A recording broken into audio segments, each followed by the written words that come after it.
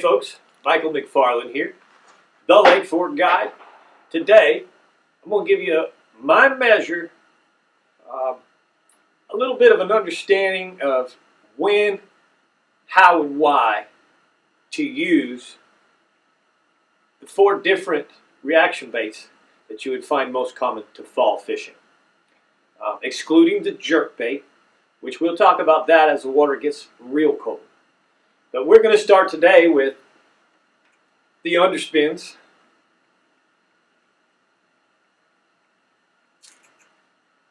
the Chatterbait,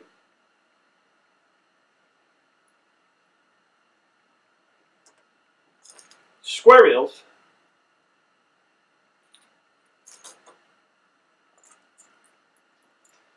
and the famous rattle trap. How, when, and why would I choose one over the other on any given day? There's quite a few things and variables that you have to consider in those. The first thing I want you to understand is that the moving baits, they're all moving baits, so they're all reaction baits. But for me, the Chatterbait and the Underspin is typically when the fish are a little more aggressive.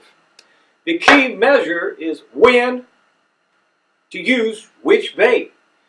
One of the favorite things that I like to do, number one, fall, is based about bait fish. So a few things that you want to make a point of taking a very close look at. Water clarity.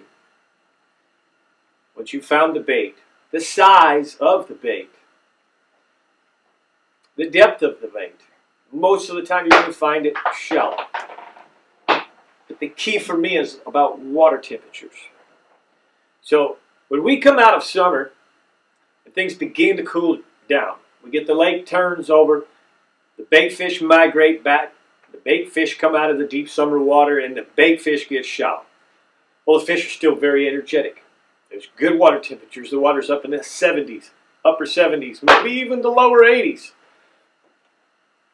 Your Underspins. Your Underspins are a bait that you can really use at variable speeds. You can throw it through just about anything. They tend to be weedless. If you run the owner style hooks, you can really rig them weedless. Between the Chatterbait and the Underspin, for me, that's when they're a little more aggressive and the water is a little warmer. As the water trends down and cools down, the fish get less and less active. So these two baits, the Chatterbait and the Underspin, are moving baits at a pretty good pace. A lot of times, yes, you can slow them down. But most of the time, I'm really cranking and winding those, potentially even with a 6:3 or a 7:1 gear ratio. The fish are schooled up, the fish are chasing the bait fish, and they're aggressive. When I begin to feel that cold snap or cool fronts come in, has knocked a little bit of that temperature out of the water, and the fish are starting to be lethargic in the morning because the cool water nights, cool night air sinks that cold water in the backwaters is sinking and cooling things down, and the fish are a little more lethargic. So now I still want to have some movement. I want to have action, but I want to slow it down in place. And that's where that Squarebill comes into me. So as soon as I see that water, say get below 60 degrees, I'm going to key more in on Squarebills. All right? I prefer the Movement 80X. It is a really, really big time moving bait that you could slow down real slow, and you've got a lot of movement with not a lot of movement. Then finally, as we get into real cool water, which for me is, and we're going to talk about this in a little bit of detail here, is under 54 degrees. We've got real cold. We're in the heart of December, and we're still looking for bait in the creeks, bait on the edges of the grass, and that's when we get to the rattle trap. So I've given you that first in the way we just saw it. Summer, cool trending into fall, fall, cool trending into winter. I have a little theory that I use every winter, and it allows me to give this to you in reverse, and it actually has a little measure in it. So let's just pretend that we're in the heart of winter, and the water temperature is real cold. 40 degrees. Under 54 is the key. It's under 54 degrees, and it's cold, cold. It's the heart of winter. All right, we all know that the rattle trap is really hard to beat. That rattle trap is a reaction type bait, but they don't chase it. We tend to throw that rattle trap in the grass, in around the edges, and we want to get it caught up in the grass and snap it out.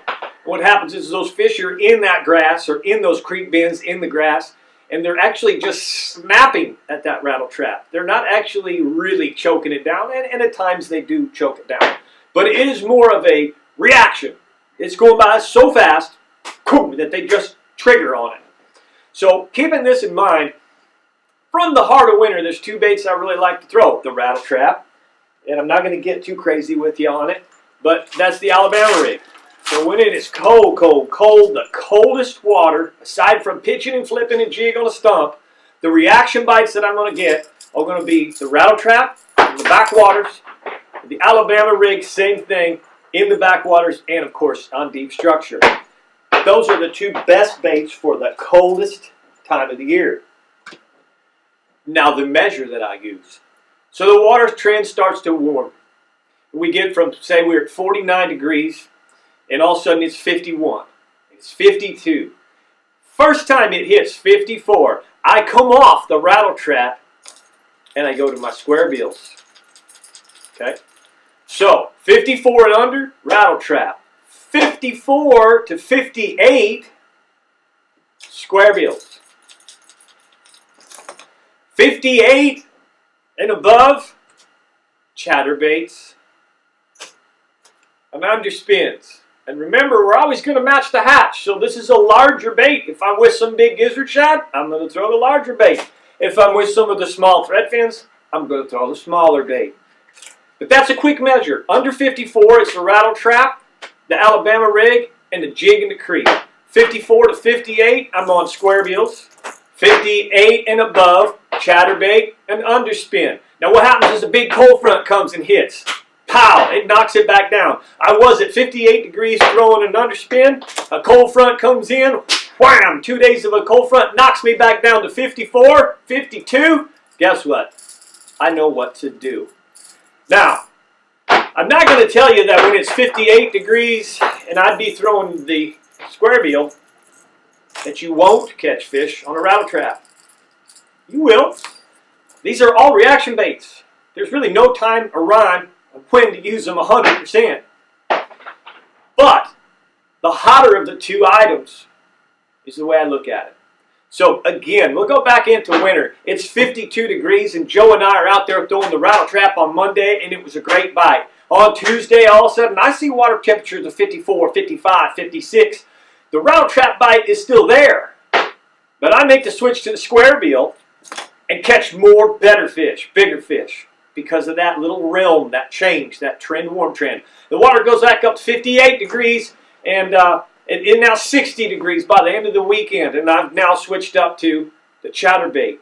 Again, I'm still going to catch fish on the Squarebill, but the Chatterbait is the better bite, okay, and so on. So that helps me measure forward and backwards. Anytime I'm under 54 degrees, I'm going slow too, folks. I'm really, really in the coldest trend. The bass in the Lake Fork under 54 degrees, they don't eat much. Maybe every couple, 2-3 days, they sunbathe. They get up in this real shallow water and they sunbathe. I believe that helps them digest their food. It's like turtles. A turtle can core warm. Even though they're in the water, the sun is warming them from the core, allowing them to digest their food. So just off of that note, when we are real cold too, spinnerbaits are also the key way, another reaction bait, just really slow down. Big willow leaf, orange blade if you're in dirty water. But guys, I hope that's not too confusing. I'm going to run through it one more time. Just a rule of thumb is a temperature measure. 54 and below, rattle trap water. 54 to 58, Squarebill water. 58 and above, chatterbait, underspin, buzzbait, anything else like that's going to get you bit. And just take it back and forth as the lake warm trends and cool trends through winter and the beginnings of early spring. All right, folks, I hope that wasn't too confusing. using those water tension parameters. Remember, again, these are all reaction baits, and man, I've caught chatterbait fish in 80-degree water. I've caught chatterbait fish in 44-degree water. So it's not 100% that those are the have to. It's just a good measure. Now I want to add just a few quick tips. Remember, the colors are very important. If you're in dirty water, you're going to want more of the darker colors, the bluebacks, the chartreuse. If you're in cleaner water, you're going to want more of the natural presentations. Okay? Cloudy days, for example, rattle trap, cloudy days, go to the black and golds. Real dirty, muddy water, go to the chili bowl or the tomato, the green tomato, which is a chartreuse red.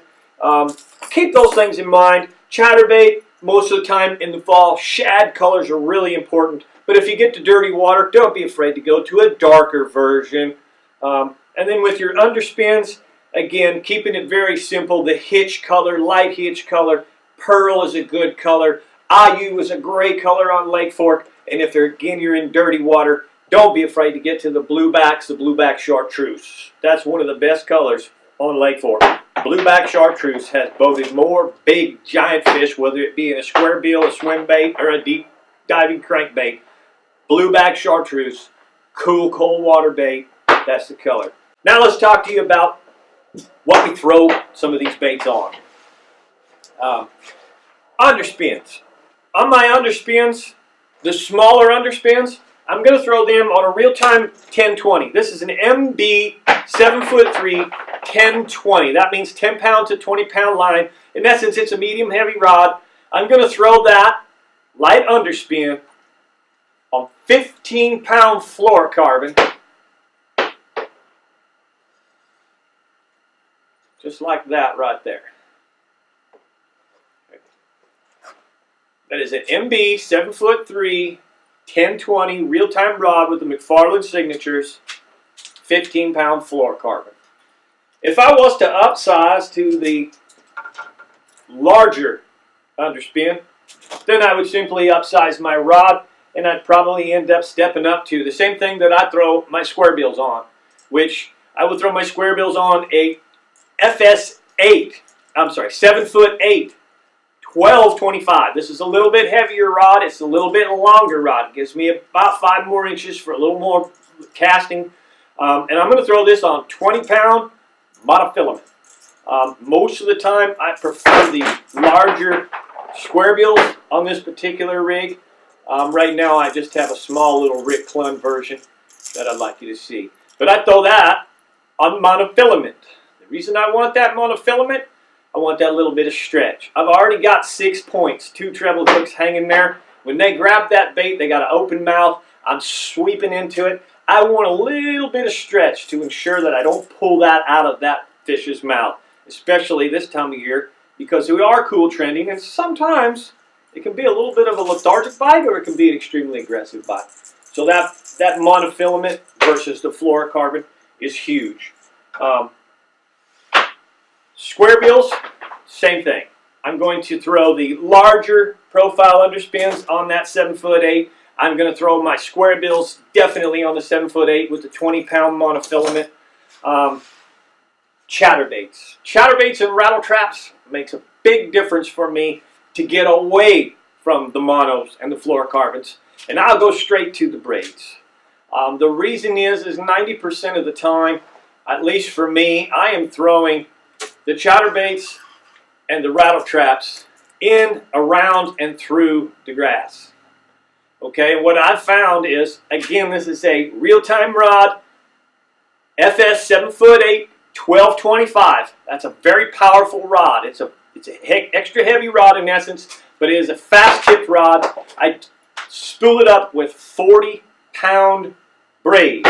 Not 50, not 60, not 70, 40 pound braid. The reason I run the 40 pound braid is it seems to be the best number that will cut through the grass as I get hung up in it.